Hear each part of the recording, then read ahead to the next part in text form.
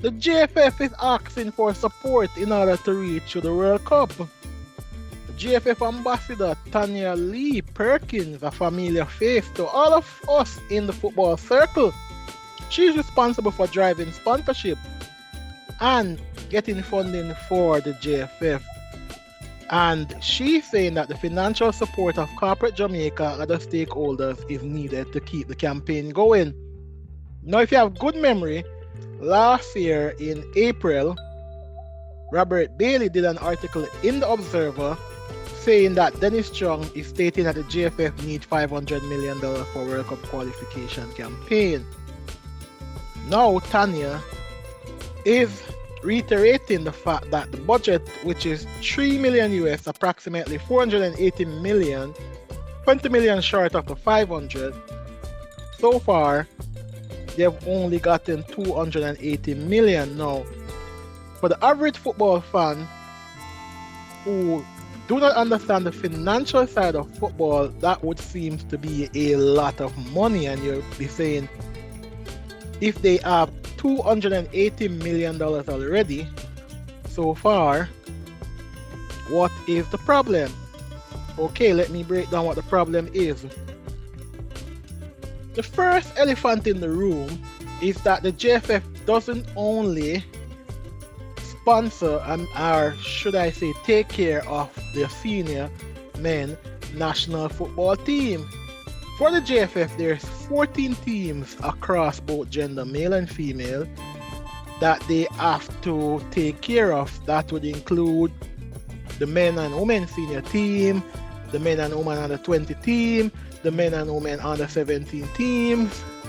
Of course, there is a men and women under 15 team. Of course, there at times can be a men and women under 23 Olympic team. So there are a lot of teams that the JFF has to take care of. And of course, they've gotten sponsorship because FIFA gives them money each year. And they have Just Bet, St. Mary Snacks, Sunshine Snacks, Schwartz. There are sponsors that comes on board to sponsor the team, and of course the government would give them something as well, and the horse racing public who buy a racehorse and who does other things that contribute to the chase fund, they get something from that as well. But it is expensive to play matches. A lot of fans won't understand or cannot appreciate how expensive it is. I've looked at the financial for the JFF, and I do see a breakdown of their expenses. And I must tell you that it is expected to run them quite a lot of money for them to qualify for the World Cup. Of course, going to the World Cup will recoup all of this money. So that's a good thing. But a lot of persons don't even realize just to rent a charter plane to go to like Bermuda, for example, it's almost $30 million to rent a charter plane.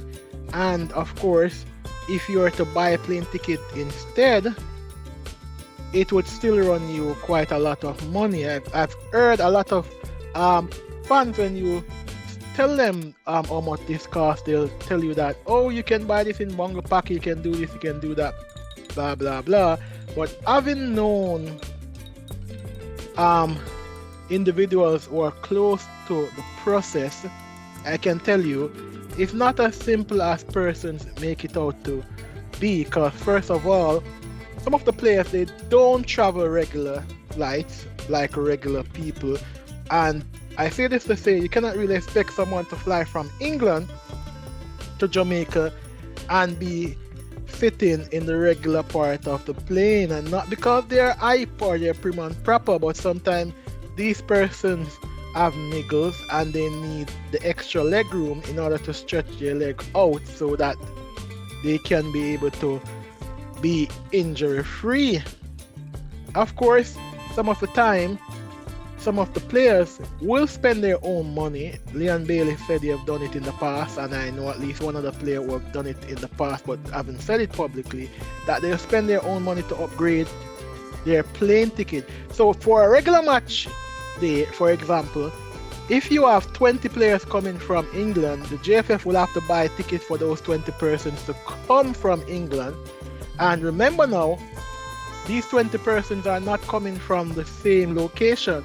So you wouldn't be able to probably buy bungle tickets for them at this point in time. And just from England to Jamaica, because Jamaica, tickets to come to Jamaica are more expensive than anywhere else. Well, probably can find places more expensive, but I have made a joke to one of my friends that it is cheaper to travel from Miami to the UK sometimes than it is to travel from Miami to Montego Bay or to Kingston.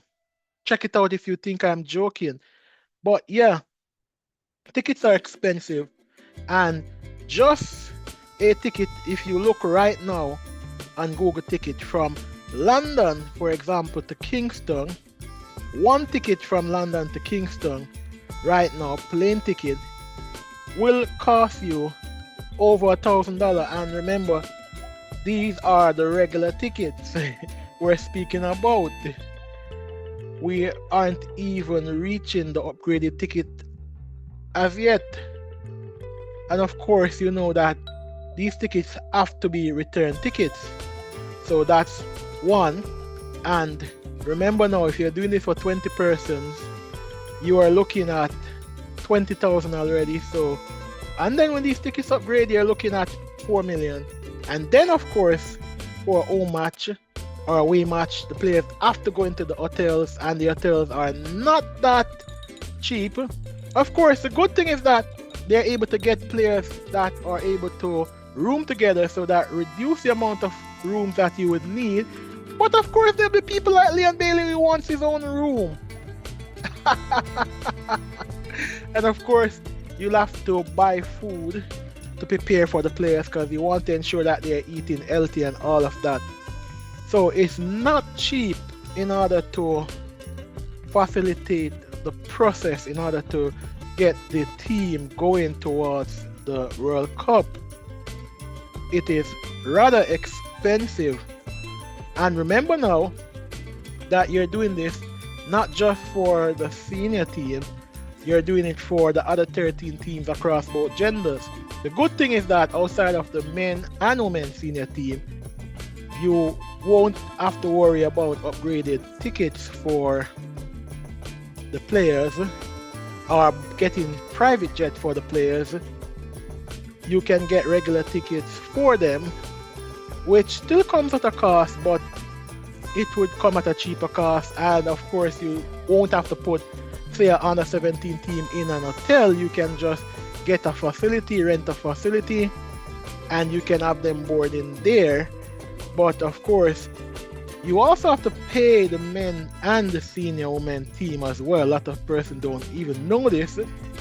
And last time I checked, I believe they are paid $3,000 per match, the men team. I could be wrong, but last time I checked, it was $3,000 per match within that vicinity, and for each win they get a bonus. So naturally, if you have 23 persons on the team, you are looking at 70,000 just in match fee, probably another 30 in terms of appearance bonus and win bonus or whatever else is in that contract. You're automatically looking at 100,000. That is 15 million, or call it 16 million Jamaican dollar per match in fees that you pay out to the player. So if they play 2 match window, you're looking at $32 million. My goodness. So naturally, it is not cheap. It is not cheap. So the JFF need funding, and they need private companies and the government to do more. The private companies and the government is doing something, but they will need them to do more. And once they're able to qualify for the World Cup, which I already told you guys that Jamaica will qualify for the World Cup, no worries. We have been fortunate enough to drop into a group that is easy. Although looking at the other teams in the other groups, I'm of the belief that if we were in the other groups, we probably would have qualified from those groups as well. Because I'm not seeing any team so far in this World Cup qualification that I can say wow me. So anyway, the GFF is seeking funding to go to the World Cup. Hopefully they can get it. Peace out for now.